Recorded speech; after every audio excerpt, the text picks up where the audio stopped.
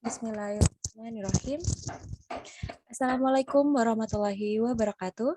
Shalom, Om Swastiastu, Namo Buddhaya, dan salam kebajikan.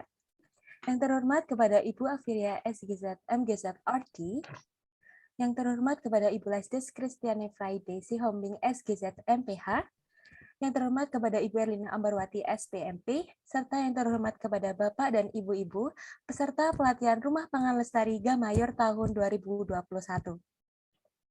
Selamat pagi Bapak dan Ibu-Ibu, bagaimana kabarnya untuk pagi hari ini? Semoga selalu diberi kesehatan dan perlindungan oleh Allah Subhanahu wa Ta'ala. Selamat datang di kegiatan pelatihan penanaman Rumah Pangan Lestari Gamayor tahun 2021. Perkenalkan, saya Tasya yang bertugas sebagai MC untuk memandu acara pada pagi hari ini. Nah, pada pagi hari ini kita kedatangan narasumber spesial, yaitu dari tim pertanian UGM dengan topik penanaman buah. Langsung saja kepada Ibu Erlina Ambarwati SPMP, saya persilahkan. Ya, terima kasih Mbak Tasya. Assalamualaikum warahmatullahi wabarakatuh. Selamat pagi, salam sejahtera bagi kita semua. Selamat pagi juga untuk Bapak Ibu peserta pendampingan dan pelatihan dalam budidaya tanaman buah. Nah, saya Erlina Ambarwati dari Fakultas Pertanian. Mohon izin untuk menyampaikan sharing pengetahuan untuk kita semuanya. Saya mohon izin untuk share screen.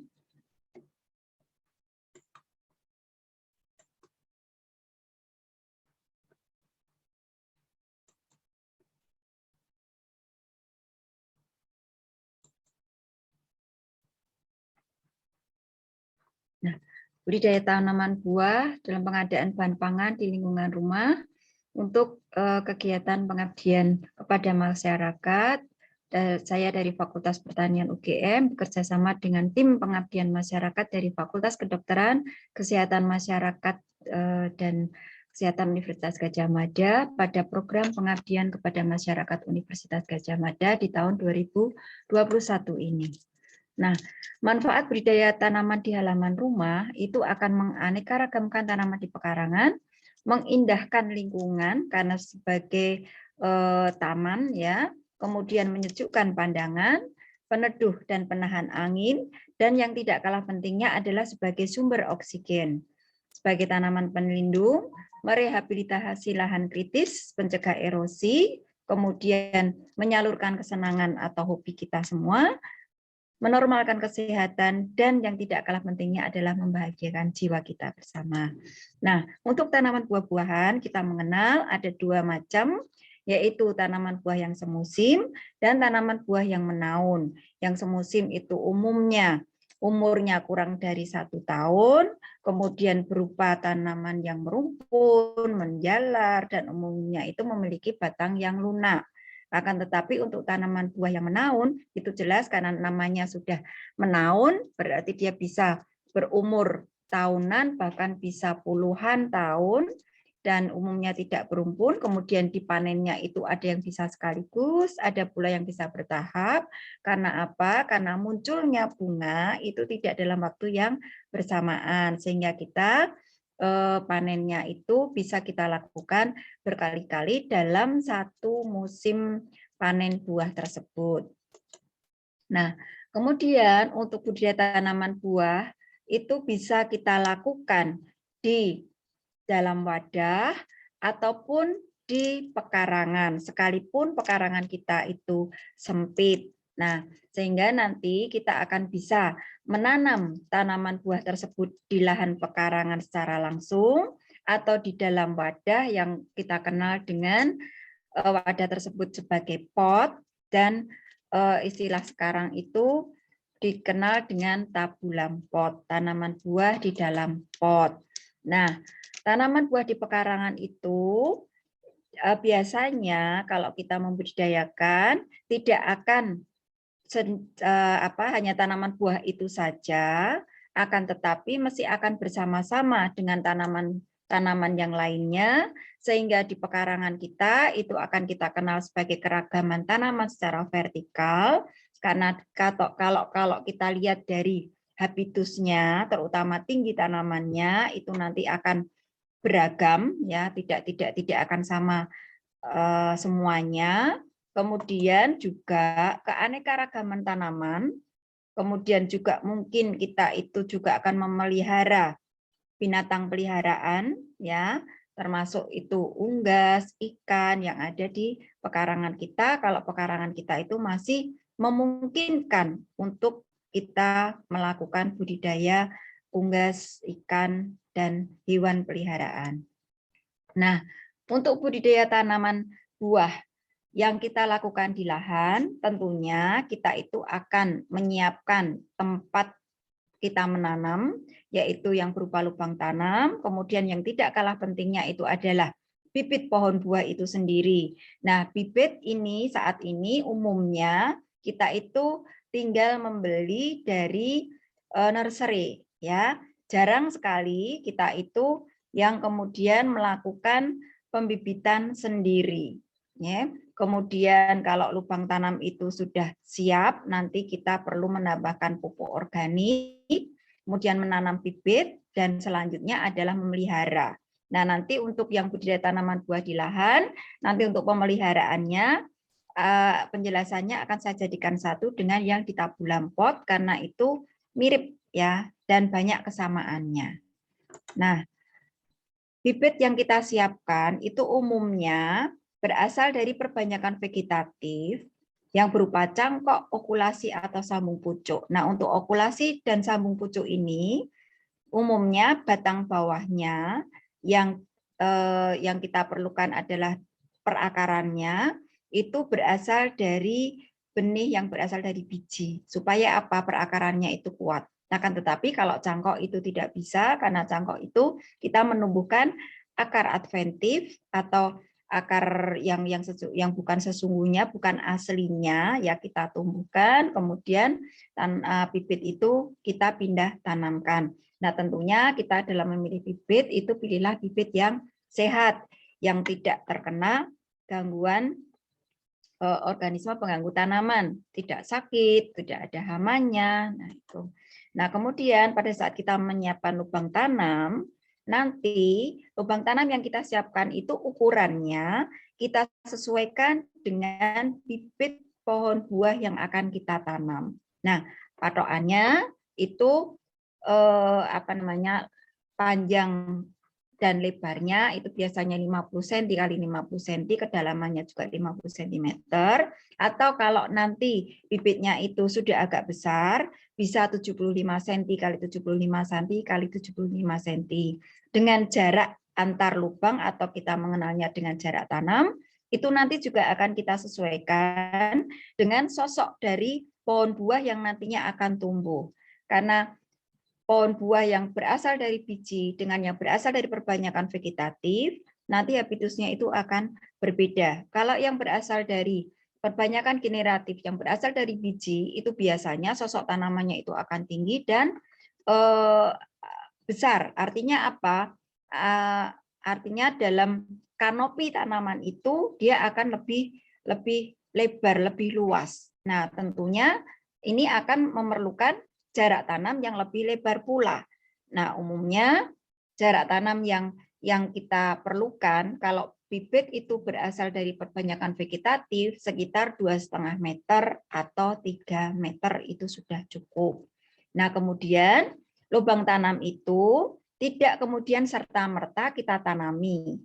Karena apa? Karena bekas galian yang ada di dalam ini kita kan tidak tahu persis ya. Jadi istilahnya ini kita bersihkan dulu dari sisa-sisa tanaman yang sebelumnya, ya, sisa-sisa akar, kemudian kalau ada rumput-rumput juga.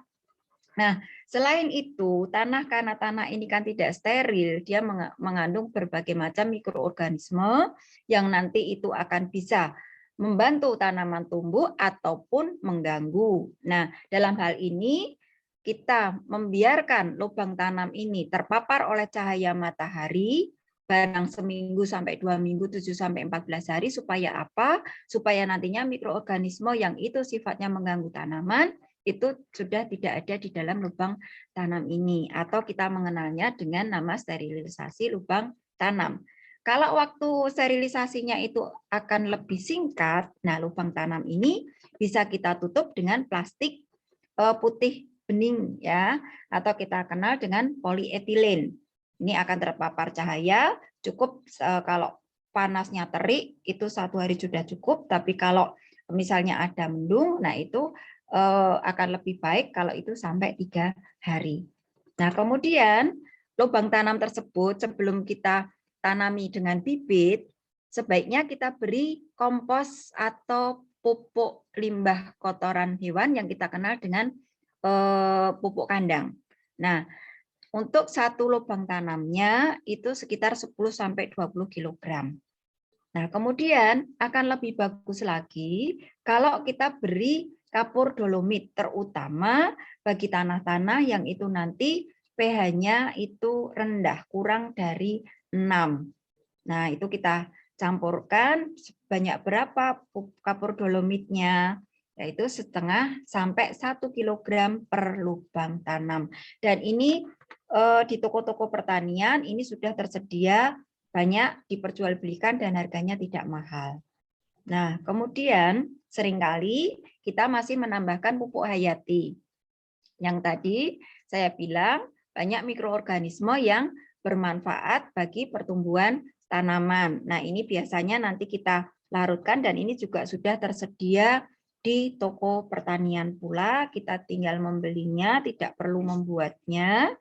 Ya, tetapi nanti kalau misalnya Bapak Ibu peserta pelatihan ini tertarik untuk bagaimana membuat sendiri pupuk hayati, insya Allah kami juga siap untuk membantu Bapak Ibu semuanya. Nah, pupuk hayati ini cukup sedikit penggunaannya, 1 gram saja, kira-kira hanya sepucuk sendok gitu, dilarutkan dalam 1 liter air. Kalau misalnya takaran sepucuk sendok itu seberapa sih Bu, kok susah? 1 sendok makan saja, ya itu kemudian dilarutkan dalam 10 liter air, ya 1 ember yang kapasitas 10 liter. Kemudian didiamkan dulu sekitar 6-12 jam, kemudian larutan itu kita siramkan ke dalam lubang tanam tersebut. Nah, mendiamkan 6-12 jam ini gunanya untuk apa? Yaitu supaya istilahnya pupuk hayati karena isinya mikroorganisme tadi itu di sini itu ditidurkan. Ya, jadi kalau kemudian kita beri air supaya dia kemudian bangun, ya bangun, nanti akan berinteraksi dengan lingkungannya dan nanti akan bisa berfungsi sebagaimana mestinya. Nah, kemudian selanjutnya bibit kita tanam.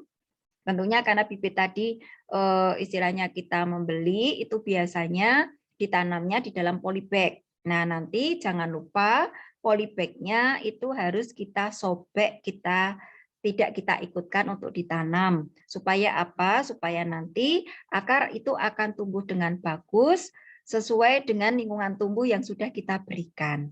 Nah, terus kemudian penempatan bibit tadi ditaruh di bagian tengah lubang tanam tersebut. Ya, terus kemudian kita timbun dengan ini tadi dengan tanah yang kita gali tadi, ditimbunkan, kemudian sesudahnya nanti jangan lupa disiram. Nah, ini contoh misalnya kita mau menanam bibit pepaya di lahan. Tadi lubang tanam sudah kita siapkan 50 cm kali 50 cm kali 50 cm. Kemudian jarak tanamnya ini menyesuaikan dengan sosok tanaman pepaya yang nanti akan tumbuh, karena tanaman pepaya itu jenisnya macam-macam, ada California, ada Kalina, ya, ada pepaya Bangkok. Nah, ini juga nanti akan menentukan jarak tanamnya. Minimal 2,5 meter kali 2,5 meter. Nah, seringkali kita itu menghendaki misalnya ini di apa namanya di lahan yang terbuka, tentunya ini harus terbuka karena tanaman ini memerlukan cahaya matahari penuh. Nah, nanti kalau misalnya ada air yang masuk di dalam lahan ini, supaya bibit tanaman kita atau tanaman kita itu tidak tergenang, kita menghendaki adanya saluran irigasi dan drainase. Jadi saluran untuk memasukkan air dan membuangnya. Nah, itu seringkali kita kemudian membuat apa yang dikenal dengan bedengan. Ya, bedengannya ini akan lebih lebar daripada kemarin pada saat kita membuat bedengan untuk budidaya tanaman sayur. Nah, kalau jarak tanamnya itu 2,5 meter kali 2,5 meter, tentunya lebar bedengan minimal 3 meter. Nanti kalau jarak tanamnya 3 meter kali 3 meter, berarti lebar bedengannya paling tidak 3,5 meter kali 3,5 meter. Nah, ini nanti kemudian di sekitarnya ini sudah ada parit yang bisa digunakan untuk mengalirkan air pada saat kita itu harus menyiram, ya, mengairinya. Dan nanti pada saat terjadi kelebihan air, misalnya pada saat hujan, kemudian di sini itu sudah tanahnya sudah jenuh dengan air, nanti kelebihan air itu akan keluar melalui saluran ini yang kita kenal dengan saluran drainasenya. Nah, ini nanti sama kita berikan pupuk organik, kemudian sebelumnya lubang tanam dibiarkan dulu, kemudian sesudahnya diberi pupuk organik, bibitnya kita tanam di situ. Kalau pepaya ini bibitnya berasal dari generatif dari biji. Ya. Nah, kemudian sebulan sesudah bibit pepaya ini kita tanam, kita beri pupuk N, P, dan K sesuai yang ada di dalam slide ini. Kemudian sesudah 3 bulan kemudian ini kita beri pupuk lagi yang berupa N, P, dan K tadi. Dan N-nya itu kita kenal sebagai urea, P-nya itu TSP, kemudian K itu KCl. Nah, ini ya. Nah, nanti periodik setiap 6 bulan sekali itu sebaiknya kita beri pupuk susulan berikutnya supaya nanti tanaman akan tumbuh dengan bagus, bisa menghasilkan buah. Sesudah berbuah pun perlu kita beri pupuk kembali. Nah, kemudian ini tadi kalau bibit sudah kita tanam, jangan lupa nanti disiram. Kemudian memberikan pupuk itu sebaiknya dibuat lubang yang melingkar di sekitar tanaman. Nah, seberapa jauhnya? Paling jauh itu proyeksi kanopi terluar dari tanaman. Karena apa? Karena ini menggambarkan akar yang ada di dalam tanah, bagian terluar itu juga tidak akan melebihi dari bagian luar kanopi tanaman ini.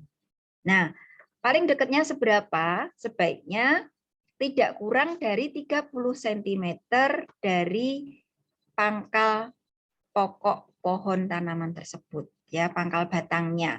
Jangan sampai nanti terlalu dekat, nanti malah tidak akan terserap oleh akar tersebut. Nah, kemudian sesudah kita buatkan parit keliling, pupuk kita berikan di situ, kemudian sesudahnya perlu ditimbun lagi pupuk tersebut supaya apa? Kalau sifat seperti urea itu dia akan mudah menguap. Nah, kalau tidak cepat-cepat kita timbun, nanti sebelum tanaman itu menyerap pupuknya sudah hilang, ya, karena sifatnya volatil.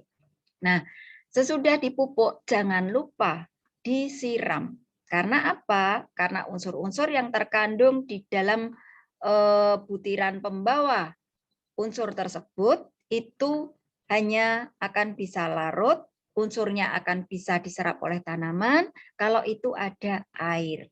Nah, jangan sampai itu kita lupakan. Karena kalau misalnya kemudian lupa tidak disiram, kemudian tidak turun hujan, bahkan itu panas terik, nanti justru cairan yang ada di dalam tanaman ini yang akan keluar sehingga nanti tanaman malah akan layu. Jadi sama seperti kita kalau kita kepanasan itu harus minum air putih terutama itu yang banyak. Nah, itu sama. Nah, kemudian kalau seandainya jadi nanti untuk pemeliharaan selanjutnya seperti adanya mangkasan itu nanti akan saya jelaskan kalian dengan yang tabulam pot. Nah, bedanya kalau pot tidak di lahan tetapi di dalam pot. Nah, tentunya karena di dalam pot kita itu harus memilihkan media yang itu bisa menopang tanaman supaya dia bisa berdiri kokoh. Ya, nanti jangan sampai kalau tanamannya itu besar kemudian akan rubuh. Nah, kemudian juga media itu bisa menyimpan air dan pergantian udara, aerasinya itu bagus. Nah, kemudian ini manfaatnya, jadi tidak kalah tidak kalah dengan yang kalau kita menanam di lahan. Nah, ini justru akan bisa bermanfaat kalau pekarangan kita itu sempit. Kemudian tanaman buah di dalam pot itu bisa kita pindah-pindahkan. Ya, mungkin bosen kalau itu di depan, mungkin bisa ditaruh di samping rumah, di belakang rumah dan sebagainya. Dan bisa pula berfungsi sebagai tanaman hias, menambah keindahan halaman kita.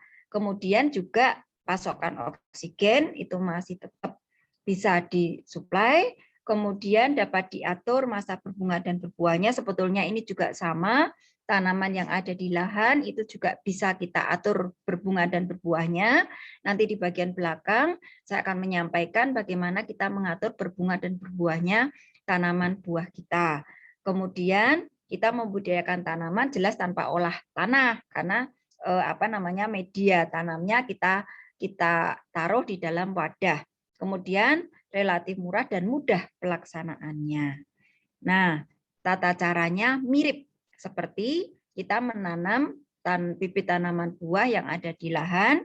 Hanya di sini yang perlu kita siapkan ada tambahannya, yaitu menyiapkan pot sebagai wadahnya, kemudian media tanamnya. Nah, ini umumnya berupa campuran tanah, arang sekam, kompos atau pupuk limbah kotoran hewani yang kita kenal dengan sebagai pupuk kandang.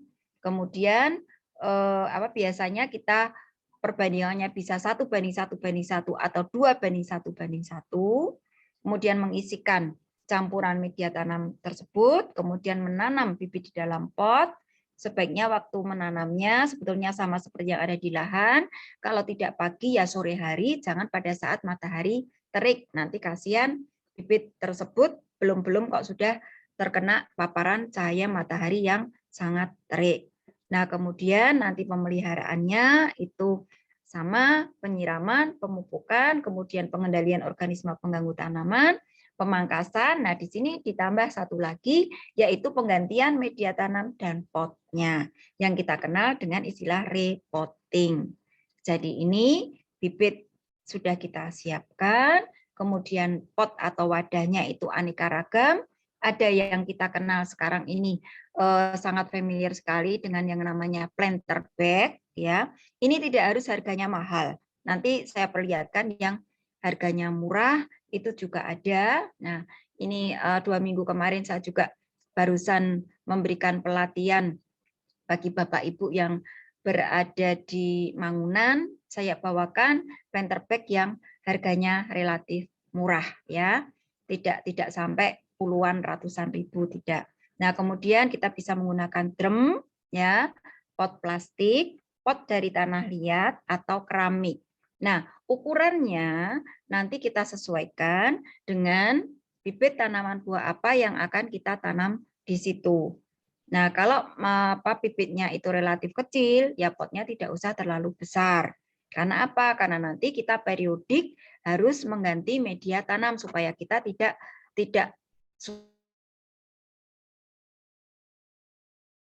karena apa? Karena di sini sudah ada tanaman buahnya yang kita tanam di situ. Nah, kemudian kita menyediakan medianya berupa sekam, kompos, dan tanah. Atau ini bisa kita ganti tidak kompos tapi pupuk kandang, itu juga boleh. Nah, kemudian kalau kita menggunakan pot, ya, pot itu sebelum kita isi dengan campuran media tanam, kita perlu ada sedikit pecahan genting atau batu bata atau bahkan styrofoam. Supaya apa? Supaya nanti bagian bawah itu tetap terjadi sirkulasi udara dan air yang bagus. Tetapi kalau kita menggunakan planter bag itu tidak perlu. Nah, jadi itu keunggulannya kita menggunakan planter bag. Nah, kemudian kalau menggunakan pot jangan lupa bagian dasarnya ini harus kita beri lubang. Karena apa? Ini untuk aliran udara keluar masuk, juga nanti air, terutama kalau kita menyiram terjadi kelebihan air supaya jangan sampai menggenang di dalam wadah ini. Karena akar itu juga perlu melakukan respirasi, ya, bernafas, nih, itu. Nah, Kemudian menyiapkan bibit, pot, dan media tanam. Nah, ini masukkan pecahan genting, pecahan batu bata, styrofoam. Jangan terlalu banyak. Paling maksimum hanya 1/5 dari volume pot ini, atau patokannya 1/5 bagian tingginya dari pot tersebut. Itu maksimum. Ya. Jadi ini kita masukkan saja. Kemudian kita membuat campuran media terlebih dahulu dari sekam, kompos, dan tanahnya. Dicampur merata. Sesudah itu kita masukkan di dalam wadah kita. Nah, jangan penuh terlebih dahulu, tetapi isilah 1/3 bagian terlebih dahulu atau maksimum hanya setengahnya, separuhnya dari kapasitas wadah kita.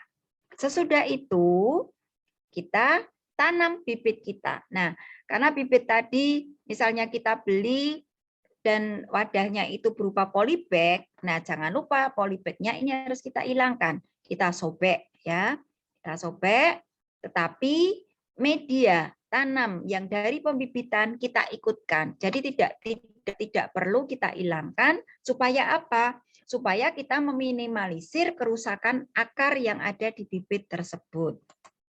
Nah, sesudah itu kita tanam tepat di bagian tengah ya kira-kira saja di bagian tengah pot tersebut. Kalau bibit ini sudah diletakkan di dalam pot, kemudian pot ini kita isi dengan campuran media tanam tersebut sampai penuh. Paling tidak minimal 2/3 bagian dari pot tersebut. Nah, ini ini potnya ini legok ya, paling tidak ini sebatas ini. Nah, itu. Nah, ini kemudian kita ratakan dan jangan lupa kemudian kita siram. Supaya apa? Supaya bibit kita tetap segar dan media itu bisa rata, agak padat gitu ya. Nah, makanya itulah pentingnya nanti kita periodik mengganti media tanam, karena setiap kali kita menyiram itu kita juga akan memadatkan media tanam tersebut supaya akar itu tetap bisa tumbuh dengan bagus, kemudian respirasinya juga lancar. Nah, itu perlu media tanam yang gembur, ya, selain subur pula. Nah, kemudian nanti pada saat kita menempatkan tabulam pot kita, jangan lupa bagian bawah ini kita beri ganjel, ya. Supaya apa? Supaya ini aerasi di bagian bawah pot ini bagus. Kalau kita menggunakan planter bag, ini tidak perlu. Ya, tidak perlu. Karena apa? Karena planter bag itu bukan wadah yang kedap, ya. Dia masih memiliki pori sehingga nanti kalau terjadi kelebihan air, itu dia juga akan bisa mengatus dengan sendirinya. Dan nanti kalau kita tidak rajin melakukan penggantian media, kemudian mengganti ukuran planter bag yang lebih besar, nah itu seringkali akar dari tanaman kita itu keluar dari planter bag tersebut. Nah, ini kemudian kita tempatkan bibit kita tadi di tempat mungkin kalau barusan kita tanam ya jangan langsung dipaparkan pada cahaya matahari penuh. Bertahap lah. Seminggu ya, seminggu ditempatkan di tempat teduh, minggu kedua sedikit agak panas, minggu ketiga sudah cahaya matahari penuh itu sudah berani ya, jadi paling tidak kita mengajarinya, kita kenal kalau istilahnya di kampus itu aklimatisasinya. Nah, itu sekitar 2 mingguan itu sudah cukup. Nah, sesudah itu dia harus terpapar cahaya matahari penuh. Nah, sehari itu paling tidak 6 sampai 8 jam ya. Itu. Nah, ini planter bag yang ini ada ada cangkingannya, ini ada juga yang tidak. Nah, ini yang saya tadi bilang, yang ini harganya tidak begitu mahal ya. Jadi satu planter bag ini hanya sekitar 3 ribuan ya. Ini sudah ukurannya besar sama seperti yang ini 75 liter ya. Jadi nanti untuk menanam tanaman buah sebaiknya ukuran volume planter bag kita itu ya sekitar 50 75 ya. itu sudah cukup. Tapi nanti kalau sosok tanamannya itu besar ya kita perlu yang 100 liter. Nah, planter bag ini bisa kita gunakan berkali-kali. Bahkan bisa sampai bertahan 10 tahun kalau itu memang bahannya bagus. Tapi kalau yang tadi saya matur harganya lebih murah, ini tentunya juga umur pakainya akan lebih singkat, ya, tidak akan bisa selama seperti yang harganya relatif sedikit mahal karena ini tergantung dari bahan yang dipergunakan. Nah, kemudian pemeliharaannya berupa penyiraman, pemangkasan, pemberian pupuk, pengaturan pembungaan dan pembentukan buah, pengendalian organisme pengganggu tanaman bila diperlukan, ya, dan itu karena untuk skala rumah tangga sebaiknya tidak menggunakan yang anorganik, artinya yang berupa pestisida, ya, tapi nanti kalau terpaksa kita bisa menggunakan yang berasal dari bahan organik. Nanti bagaimana cara membuatnya itu semua bahan ada di sekitar lingkungan kita, nanti di slide yang bagian belakang itu akan ada. Kemudian penempatan tanaman dan penggantian media tanam dan repotting. Nah, untuk penyiraman, pemangkasan, pemupukan, pembungaan buah, serta pengendalian organisme pengganggu tanaman, ini nanti sama seperti kalau kita menanam tanaman buah tadi di lahan. Nah, tujuan menyiram yaitu memenuhi kebutuhan air tanaman. Prinsipnya, jangan sampai kekurangan dan jangan berlebihan. Sehingga nanti kita perlu melihat dari sosok si tanaman yang kita beri air tersebut. Nah, patokannya media tanam itu sudah basah, tidak becek, tidak tergenang. Nah, itu sudah cukup. Nah, kalau misalnya tadi dengan tabulam pot, ya, di dalam pot plastik, kalau air itu sudah mengatus di bagian bawah, sudah stop. Kita sudah berhenti menyiramnya. Kemudian, apakah perlu setiap hari? Nah, ini tergantung cuaca, kondisi cuaca kita. Kalau panas matahari terik, kemudian tanaman buah kita itu sudah cukup besar, nah nanti kemungkinan perlu pagi disiram, sore hari disiram. Akan tetapi kalau pada saat musim hujan, kita tidak perlu menyiram, justru nanti menyiramnya itu kalau sudah turun hujan, gunanya untuk apa? Untuk memandikan tubuh tanaman tersebut. Jadi sebetulnya tidak untuk memberikan tambahan air, tetapi untuk membersihkan sisa-sisa air hujan yang ada di tubuh tanaman tersebut. Karena apa? Karena kondisi lingkungan kita itu tidak steril, tidak bersih, kemudian kalau itu terjadi percikan air hujan yang itu membawa media tanam atau tanah, kemudian terkena pada tubuh tanaman, nah ini juga bisa menyebabkan dia sebagai vektor untuk organisme pengganggu tanaman yang berupa patogen penyebab penyakit umumnya, entah jamur, entah bakteri. Nah, itu supaya itu tidak terjadi, maka tanaman itu perlu kita mandikan. Nah, kemudian caranya itu bisa kita kocorkan, bisa kita teteskan, atau dengan sistem pengairan yang lainnya. Nah, dengan kita mengatur penyiraman, kita itu juga bisa mengatur pembungaan dan pembuahan tanaman. Kalau secara periodik tanaman itu kita beri namanya cekaman air berupa kekurangan, ya, tapi nanti jangan sampai kebablasan, jangan sampai tanamannya kemudian kering dan mati, jangan sampai ke arah sana. Nah, mungkin 3 hari tidak kita siram, terus nanti kemudian kita beri air siraman rutin seminggu berikutnya, terus nanti 3 hari berikutnya kita tidak berikan. Nah, itu kalau kita ulang-ulang secara periodik, itu tanaman akan bisa terangsang untuk mengeluarkan bunga dan buah. Nah, ini kemudian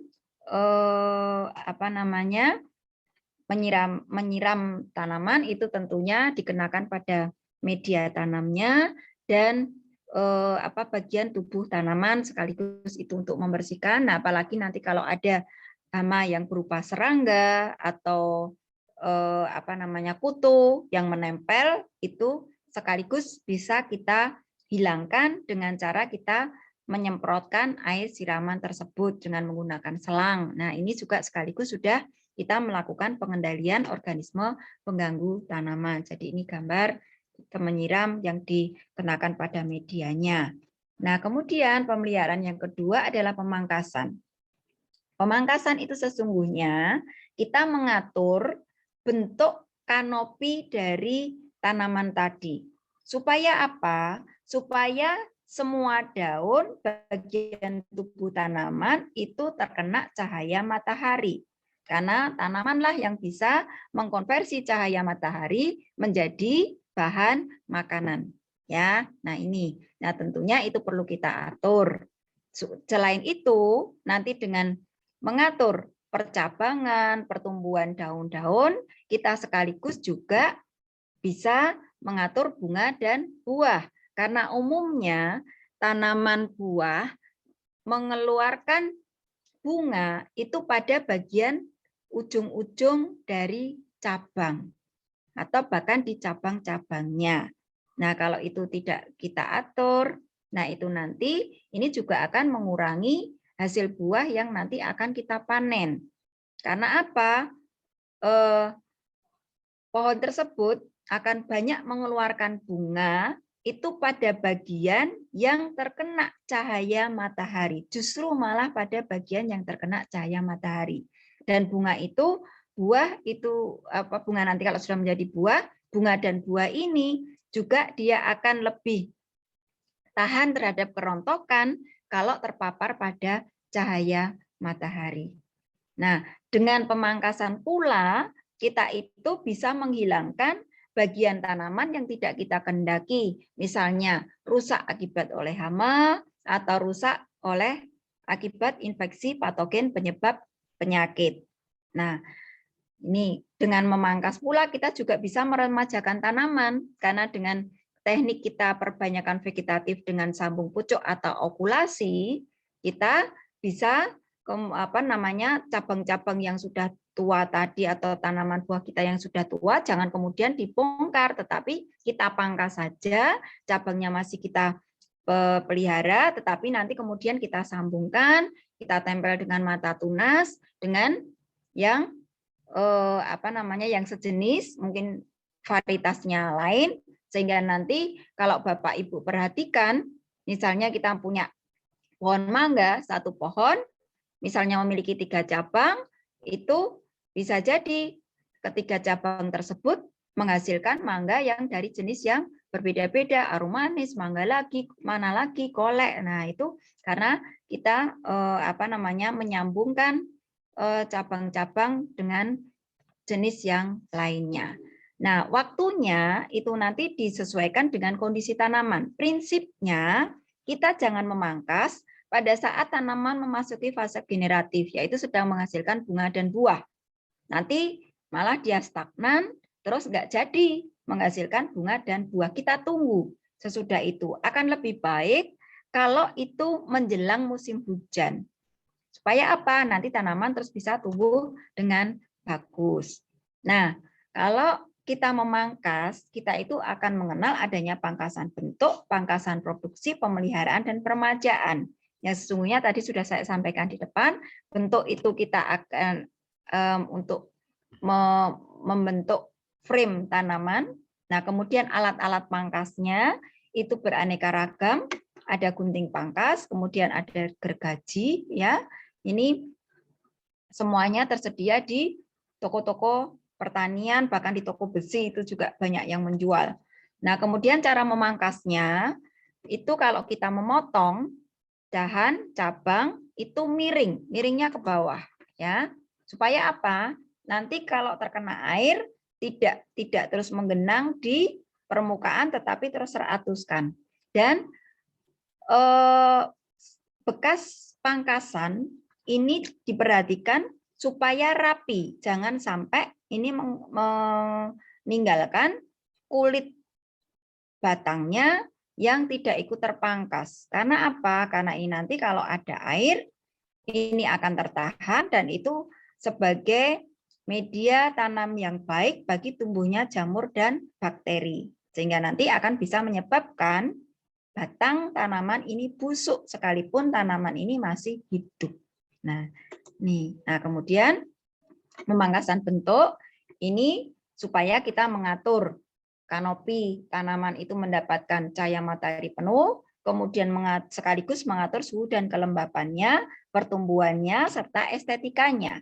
Nah, teorinya satu pokok batang tanaman ini kita pangkas bagian pucuknya, ya, kita tinggalkan 5 pasang minimal 5 pasang daun yang ada di bawah pucuk ini. Nah, itu tanda bibit kita itu sudah bisa kita pangkas.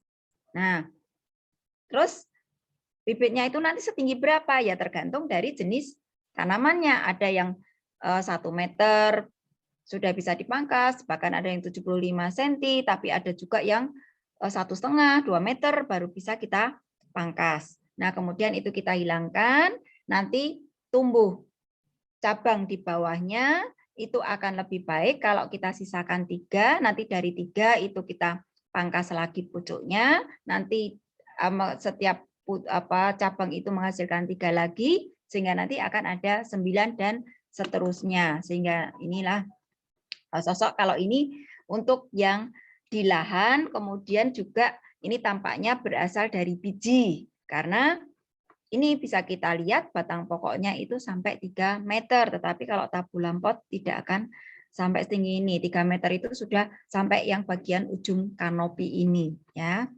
Nah, jadi ini kita membentuk frame tanaman kita tidak hanya lurus tinggi ke atas ini, karena nanti ini terus cenderungnya tanaman akan tinggi. Tapi kalau seperti ini kita buat paling nanti tinggi hanya sekitar 2 meteran. Nah, ini visual yang sesungguhnya, ya, sehingga tanaman juga akan terlihat cantik. Nah, kemudian kita perlu merangsang untuk supaya tanaman bisa berbunga dan berbuah. Nah, sekaligus kita membentuk frame tanaman ini, ya, kanopi tanaman ini nanti juga akan merangsang pembentukan bunga dan buah. Karena apa? Setiap daun, setiap cabang ini mendapatkan cahaya matahari. Dan yang tidak kalah pentingnya, tanaman juga akan tumbuh sehat. Karena apa? Karena terpapar cahaya matahari, organisme pengganggu juga tidak kerasan akan hidup di sini. Nah, ini sehingga nanti tabulam pot kita akan bisa berbuah. Nah, kemudian yang berikutnya, kalau sudah berbuah, ya, kalau sudah berbuah, tentunya kita harus memelihara supaya tanaman kita itu berbuah terus. Selain dengan diberi pupuk terus-menerus, diganti media tanamnya, diberi air pengairan, ya tentunya dengan pemangkasan pemeliharaan. Cabang-cabang yang sudah tua, yang tidak kita kendaki, terutama yang tumbuhnya di bawah, kita hilangi. Kemudian yang ada di ketiak-ketiak ini, ya ketiak-ketiak cabang, ini juga wajib kita hilangkan karena dia tidak akan bakal mengeluarkan bunga dan buah, tetapi dia akan menyedot fotosintat yang ada di tanaman tersebut. Nah, kemudian yang berikutnya peremajaan kalau nanti tanaman buah kita sudah tua. Nah, ini sekali lagi jangan dibongkar tetapi dipangkas saja, dan yang apa namanya cabang-cabang ini bisa kita sambung dengan aneka ragam jenis yang lainnya. Nah, berikutnya kita memupuk. Memupuk itu kita memberi tambahan hara. Ya, prinsipnya tepat dalam dosis atau takarannya, cara pemberikannya, waktunya, dan banyaknya. Ya. Nah, ini bisa dengan membuat melingkar, atau kalau itu di dalam wadah, di dalam pot, ya sudah kita taburkan merata saja di permukaannya. Atau bahkan pupuk itu kita larutkan, kemudian kita siramkan, itu juga bisa. Nah, kalau tadi ditaburkan, jangan lupa sesudah kita menaburkan pupuk tadi, alangkah baiknya pupuk itu kita tutup dengan tambahan media tanam, terus kemudian kita siram. Nah, dengan memupuk kita bisa pula memberikan tambahan yang namanya zat pengatur tumbuh tanaman supaya tanaman itu tumbuh bagus dan merangsang pembentukan bunga dan buah. Nah, ini ada aneka ragam jenis pupuk yang sudah tersedia di pasaran. Baik itu yang digunakan untuk menumbuhkan organ vegetatif, daun, cabangnya, akarnya, dan generatif bunga dan buahnya. Nah, tentunya kalau tanaman kita sudah habis berbunga dan berbuah, ya jangan hanya disiram tok, tetapi diberi tambahan pupuk yang nanti kalau itu pupuknya majemuk, contoh seperti NPK, MKP ini, nanti kita pilihkan yang kandungan P dan K-nya lebih tinggi dari yang biasanya. Nah, atau kita juga bisa memanfaatkan dari pupuk yang ada di sekitar kita, sisa-sisa tanaman, limbah kotoran hewan yang kita kenal dengan kompos, ya, pupuk kandang atau bahkan pupuk organik cair yang dari pupuk hayati tadi. Kemudian ini kita berikan ya setiap 3 sampai 4 bulan sekali. Berapa banyaknya? Ya kalau kompos dan limbah kotoran hewan sampai 10 kg itu ya. Tetapi kalau wujudnya anorganik ya nggak usah terlalu banyak, sekitar 10 gram untuk satu satu pot itu sudah cukup ya. Nah, pupuk organik cair ini lebih ngirit lagi karena tadi 1 mili atau 1 gram untuk 1 liter. Nah, kemudian kita semprotkan baik itu pada di daerah perakaran ataupun di daun. Nah, nanti kalau menyemprot daun itu lebih baik yang permukaan bawah karena stomata ada di situ supaya unsur yang kita berikan itu bisa diserap oleh tanaman. Nah, ini patokannya kalau pohon tersebut umurnya 0 sampai 2 tahun, setahun itu diberikan 3 kali 2,5 kg per tanaman ya. Ini tadi saya bilangnya 5 kg itu maksimumnya dan itu kita sesuaikan dengan sosok tanamannya.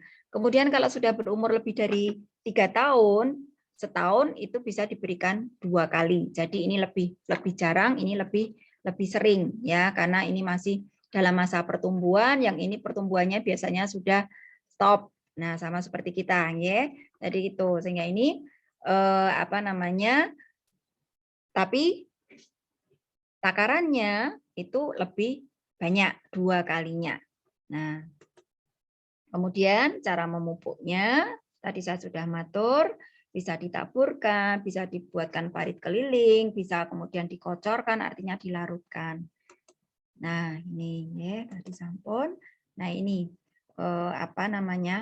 patokan untuk pada saat kita masih menanam bibit dan ini yang sudah dewasa. Nah, kemudian pembungaan dan pembentukan buah itu bisa kita atur dengan memberikan air, kita atur dengan memberikan pupuk, kemudian ada juga yang melukai bagian batangnya dengan diikat kuat-kuat artinya dicekik, kemudian juga ada yang dengan melakukan pemangkasan akar ya. Tentunya ini kalau pemangkasan akar kita harus membongkar tanaman tersebut atau kita memberikan zat pengatur tumbuh seperti paklobutasol, etepon, bensiladenin dan ini sudah banyak di pasaran. Nah, kemudian ini kalau kita menggunakan pupuk. Nah, tadi saya matur tinggi fosfor dan kaliumnya. Jadi ini akan lebih tinggi daripada unsur N-nya. Kemudian kita berikan pupuk hara mikro, biasanya dengan pupuk organik cair itu atau pupuk organik yang lain, misalnya kompos, pupuk kandang, ini sudah mengandung hara mineral mikro. Jadi kalau keuntungannya kita menggunakan pupuk organik, sekali memberikan, itu kita sudah mendapatkan unsur-unsur yang diperlukan oleh tanaman tanpa kita memberikan yang lainnya. Ya, itu. Dan akan lebih baik lagi kalau pupuk organik tersebut misalnya kita menghendaki tanaman kemudian berbunga dan berbuah, ya tambahlah dengan pupuk anorganik yang itu memacu pembungaan. Ya, itu akan lebih baik lagi. Nah, kemudian pemeliharaan yang tidak kalah pentingnya yaitu mengendalikan organisme pengganggu tanaman, baik itu yang berupa tanaman, berupa hewan, serangga, patogen penyebab penyakit. Nah, intinya itu kita menghindari yang secara kimiawi. Ini alternatif yang terakhir. Karena apa? Karena kita menanamnya kan di pekarangan rumah, ya. Jadi tidak dalam bentuk hamparan yang luas, ya, kecuali kalau memang kita berniat itu untuk usaha. Nah ini kalau gulma, ya. Jadi gulma itu mengapa harus kita kendalikan? Karena kompetitornya terhadap ini. Nah, ini gampang saja dengan cara dicabuti, dibersihkan saja secara manual atau fisik. Nah, kemudian yang pengendalian terhadap hama dan patogen penyebab penyakit ini perlu kita lakukan karena apa? Karena nanti tanaman itu tidak akan bisa tumbuh dengan normal. Kerdil, ada noda-noda di permukaan daun, warna buahnya menjadi tidak seragam, daunnya lubang-lubang, buahnya juga cacat. Nah, ini tentunya tidak kita kehendaki. Nah, ini tentunya harus yang ramah lingkungan, ya. Jadi nanti kalau patogen penyebab penyakit itu biasanya ada vektornya, ada perantaranya, entah dari air, entah dari udara atau serangga. Nah, ini tentunya yang kita kendalikan adalah vektornya. Kan tetapi kalau tanaman itu mendapatkan cahaya matahari cukup, nah insya Allah yang berupa hama dan patogen penyebab penyakit itu tidak akan kerasan. Nah, apalagi nanti tanamannya itu sehat, ya, gizinya terpenuhi. Nah, ini cara membersihkan kutu dan ulat, ya, karena kalau ada paparan cahaya matahari biasanya itu kemudian bersembunyi. Kutu itu biasanya bersembunyi di permukaan bawah daun. Nah, makanya kita rajin-rajin membalik. Ulat itu juga seringkali begitu, atau di antara daun-daun pelepahnya. Nah, itu. Nah, kemudian kalau kita mengendalikan yang ramah lingkungan, kita bisa memanfaatkan bahan-bahan yang berada di sekitar kita, baik itu berupa bijinya maupun daunnya. Nah, ini ada resep, ya, resep yang bisa kita aplikasikan. Misalnya, tempat saya tidak ada daun buah mahoni, mindi, sersak, mimba dan sebagainya. Tetapi saya dekat pasar sehingga saya bisa membeli daun tembakau. Nah, itu bisa satu on daun tembakau kita larutkan dalam air panas sebanyak 10 liter. Jadi tidak usah terlalu pekat. Nah, akan lebih baik lagi kalau ekstrak daun tembakau ini kemudian kita beri pula tambahan dari bawang putih. Nah, umbi bawang putih itu kita gecek gitu, ya, kemudian kita larutkan bersama di situ, nggak usah terlalu banyak, ya. Itu. Jadi ini bisa kita semprotkan. Nah, kalau kita menggunakan pestisida botani ini tidak bisa kita misalnya kita bikin sekaligus dalam jumlah banyak supaya bisa kita gunakan untuk jangka panjang, tidak bisa, ya. Paling lama itu hanya 3 hari, sesudah itu sudah rusak, ya. Sehingga kita bikinnya sedikit-sedikit saja. Nah, kemudian kita bisa memanfaatkan biopestisida yang ini juga sudah ada di pasaran, ya, meskipun namanya tidak persis, ya. Nah, kemudian yang tidak kalah pentingnya, kemudian pemelihara tanaman itu kita menempatkan tanaman supaya pohon buah kita itu terpapar pada cahaya matahari minimal 6-8 jam setiap hari. Nah, kemudian kalau itu di dalam wadah tadi, kita jangan malas-malas, jangan segan-segan untuk mengganti media dan potnya atau wadahnya kalau itu sudah tidak sesuai yang kita kenal dengan repotting. Nah, ini caranya itu mirip seperti halnya pada saat kita menanam bibit di awal. Ya. Hanya sosoknya sudah lebih besar, kemudian kita perlu memindah ke pot yang lebih besar pula. Nah, ini campuran media tanamnya juga masih sama. Ya. Terus kemudian nanti memeliharanya juga sama. Nah, ini pilihan wadah atau pot media tanamnya. Nah, ini, ya. Nah, kemudian kalau sudah kita ganti pot ya sama seperti bibit tadi barusan kita tanam, jangan langsung dipaparkan ke cahaya matahari penuh. Karena apa? Karena pada saat repotting kita itu juga memungkinkan untuk mengurangi akar daun, ya akar-akar yang sudah tua, ya, yang sudah kelihatan rapuh, kemudian warnanya sudah coklat, ujungnya sudah tidak aktif lagi, ya. Nah, ini memungkinkan untuk kita potongi, demikian pula dengan daun dan cabangnya. Nah, sehingga apa?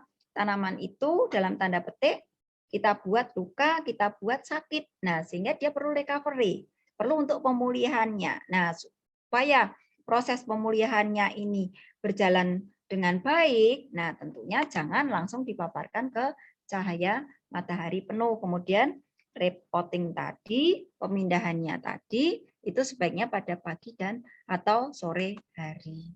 Nah, ini kalau tanaman buah dalam pot kita pelihara dengan baik, dia juga akan bisa menghasilkan buah yang baik dan cantik pula. Nah, ini ya, sekalipun buah nangka itu juga bisa kita tabulampotkan dan itu bisa berbuah pula. Mangga ini banyak sekali ya, lengkeng, jeruk, jambu air, jambu biji ya, jambu merah, belimbing. Nah, kemudian ini manajemen tanaman sehat yang tidak kalah pentingnya. Kalau kita memeliharanya itu bagus, ya, istilahnya kita sayang pada tanaman, tentunya tanaman juga akan sayang ke kita untuk memberikan pertumbuhan dan hasil yang bagus. Jadi ini yang bisa saya sampaikan, mudah-mudahan bisa bermanfaat bagi Bapak Ibu peserta pelatihan, bagi kita semua. Selamat nanti untuk melakukan praktek budidaya tanaman buah. Mohon maaf apabila saya ada sikap tutur kata yang kurang berkenan. Saya akhiri. Wassalamualaikum warahmatullahi wabarakatuh. Terima kasih atas perhatiannya. Waalaikumsalam warahmatullahi wabarakatuh. Terima kasih Bu Erlina atas materi yang luar biasa.